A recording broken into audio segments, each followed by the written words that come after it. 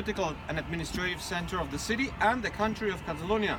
We've got the city hall, those three flags to the right, and the three flags to the left, yeah, is the Catalan government, the presidency.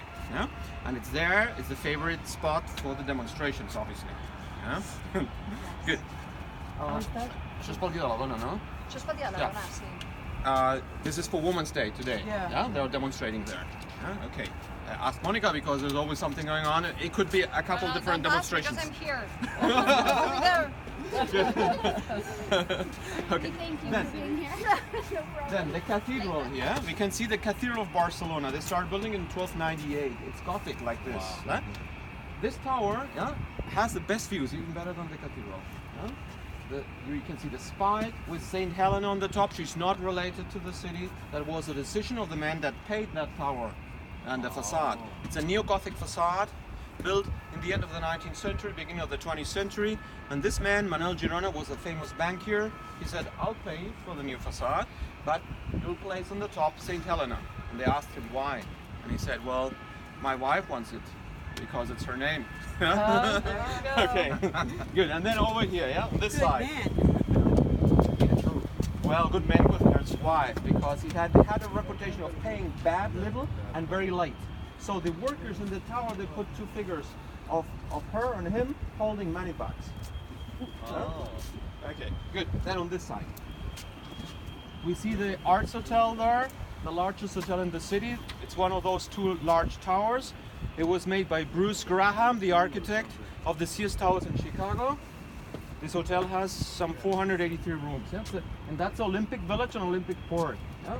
What else? Then over here, please. You can see here the W Hotel in the shape of a sail.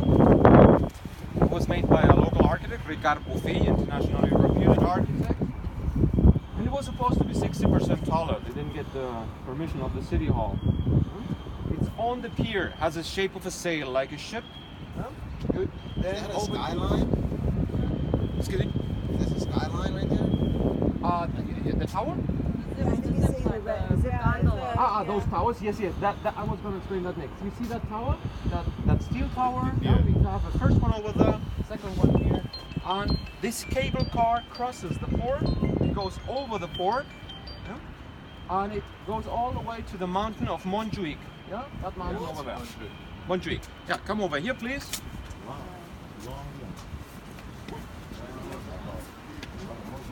So now we're already in Montjuic. This mountain, the southeastern corner of the city. It's the southeastern corner of the historical city. Yeah. There we can see several important infrastructures. On the top, a castle. Then, and here on the western side of the mountain, there's a big building. That's the National Palace. Yeah. The National Palace was built as a reception hall for the main events of a World's exhibition. As we said, Barcelona was a heavily industrialized city. It organized two World's fairs or World's exhibitions. The first one in 1888.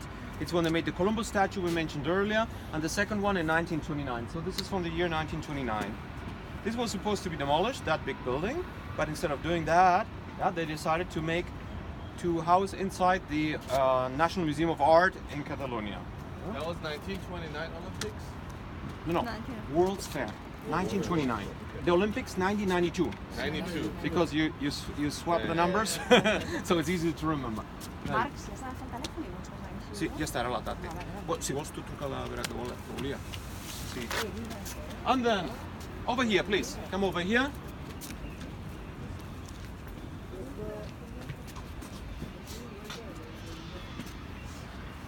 Good, and over here we've got the Western Mountains. So, the conclusion, Barcelona is very dense because of geographical reasons. We've got the sea, the Mediterranean to the east, and the mountains to the west. So Barcelona is a stripe along the coast, very dense. It's the second densest city in Europe after Paris. 17,000 inhabitants per square kilometer, very dense. So these mountains are not tall, 1,500 feet. But it's like a wall between Barcelona and the hinterland. Yeah?